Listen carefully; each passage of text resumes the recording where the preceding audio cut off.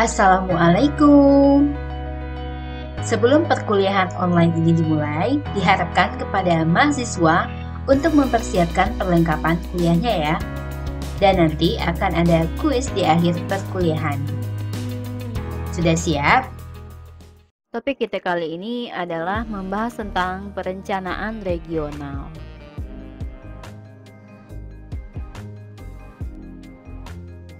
Perencanaan regional meliputi perencanaan fisik dan ekonomi. Perencanaan fisik adalah perencanaan struktur fisik atau daerah yang meliputi tata guna tanah, komunikasi, utilitas, dan sebagainya, yang bertujuan untuk penataan dan pengendalian kota. Dan kalau perencanaan ekonomi itu lebih didasarkan kepada mekanisme pasar atau pengendaliannya itu secara tidak langsung. Kalau perencanaan fisik itu pengendaliannya berdasarkan pengendalian secara langsung, itu perbedaannya. Dan dalam perencanaan regional ini ada sifat-sifat dasar yang sama atau kombinasi. Maksudnya di sini adalah tujuan perencanaannya itu ada yang bersifat tujuan tunggal dan ada perencanaan dengan tujuan fungsi ganda. Nah, kalau perencanaan dengan tujuan fungsi tunggal, ya dia artinya berselaras atau berkesinambungan. Contohnya itu seperti perencanaan alokatif. Perencanaan alokatif itu menyangkut masalah-masalah koordinasi dan penyelarasan hal-hal yang bertentangan. Jadi tujuannya itu selaras dengan tujuan utamanya.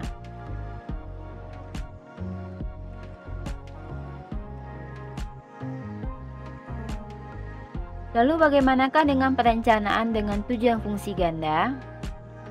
Kalau perencanaan dengan fungsi ganda itu artinya perencanaan yang mempunyai tujuan yang lebih dari satu.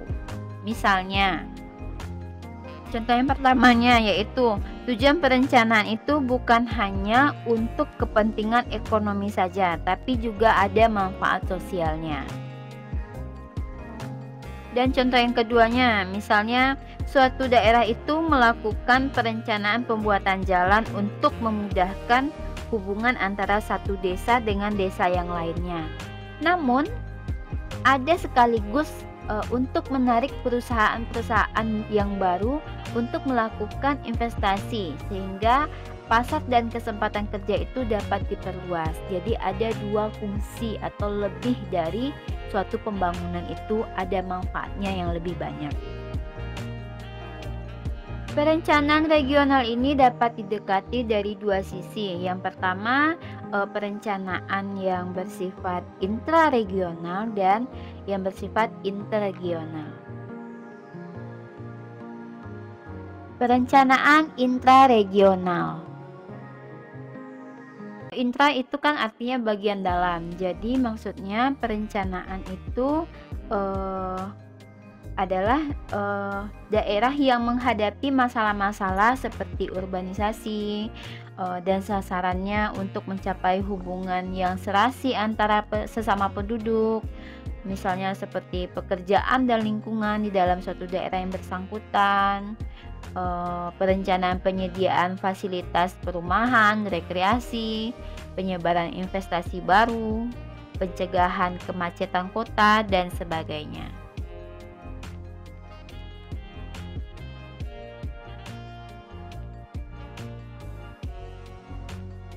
Nah, kalau perencanaan interregional itu artinya antar daerah. Adalah perencanaan antar daerah yang bertujuan yang tujuan utamanya itu bersifat ekonomi, yaitu untuk mencapai hubungan yang serasi antar manusia dengan pekerjaan. Dan bagi daerah-daerah yang mempunyai tingkat pengangguran yang tinggi atau kelebihan tenaga kerja atau kapasitas yang lebih dari barang-barang modal itu, perlu diberikan bantuan investasi berupa prasarana atau industri yang baru sehingga dapat membantu pertumbuhan ekonomi regional dan nasional.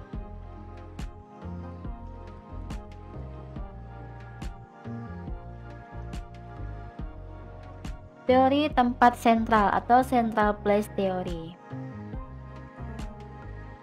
merupakan teori yang mengenai hubungan antara tempat sentral dengan daerah belakangnya. Kita sebut dengan hinterlandnya. Dan sesuai dengan namanya, central place merupakan tempat pusat penyediaan jasa-jasa bagi daerah belakangnya. Dan teori ini juga berkenaan dengan intensitas dan lokasi industri di mana akan ditempatkan. Menurut Christaller, hierarki tempat sentral dapat diorganisasikan berdasarkan salah satu dari 3 prinsip berikut. Jadi ada 3 prinsip. Yang pertama itu prinsip pemasaran, yang kedua itu transportasi, dan yang ketiga administrasi. Masuk di bagian yang pertama, yaitu prinsip pemasaran. Nah, dapat kita lihat titik A ini merupakan titik pusat atau tempat sentral. Sedangkan B, C, D, E, F, G merupakan subpusat atau hinterlandnya. Dalam kasus ini, A melayani 6 wilayah hinterlandnya, yakni wilayah B, C, D, E, F, dan G. Masing-masing itu sepertiga. Sehingga total wilayah yang dilayaninya adalah 1 ditambah dalam kurung 6 kali sepertiga.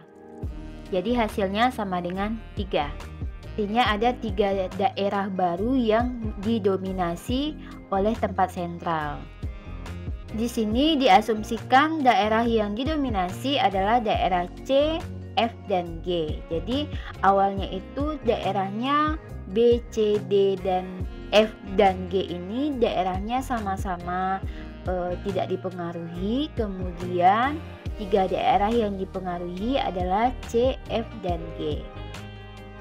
Dan Christaller menamakan 3 titik ini sebagai nilai K yang merupakan jumlah total pemukiman dari suatu urutan tertentu yang dilayani oleh satu tempat sentral dari urutan di atasnya atau wilayah A. Prinsip yang kedua yaitu prinsip transportasi atau pengangkutan. Prinsip pengangkutan merupakan suatu hierarki yang meminimumkan jarak antara subpusat dengan pusat utama dengan sebanyak mungkin dengan tempat-tempat penting yang terletak pada satu jalur jalan antara pusat-pusat utama. Contohnya maksudnya di sini yaitu titik A tadi ke titik B, B ke C, C ke A, dan satu sama lain. Titik biru ini kan titik pusatnya. Jadi bagaimana dia untuk mencapai daerah lain itu melalui titik yang warna oranye. Nah, pada gambar kita bisa lihat ada 7 titik pusat, yaitu B, C, D, F, G, dan A. Itu titik pusatnya. Kemudian pada garis-garis itu merupakan tempat penting atau subpusat. Yang warna oranye itu menghubungkannya, yang terletak pada jalur jalan yang menghubungkan 2 pusat. Jadi dari biru ke orange ke biru lagi, dan sebaliknya. Maka setiap subpusat ini mempunyai 2 loyalitas, yaitu kepada masing-masing dari 2 pusat yang bersangkutan. Sehingga rumusnya adalah 1 ditambah dalam kurung 6 dikali setengah. Jadi hasilnya itu 4.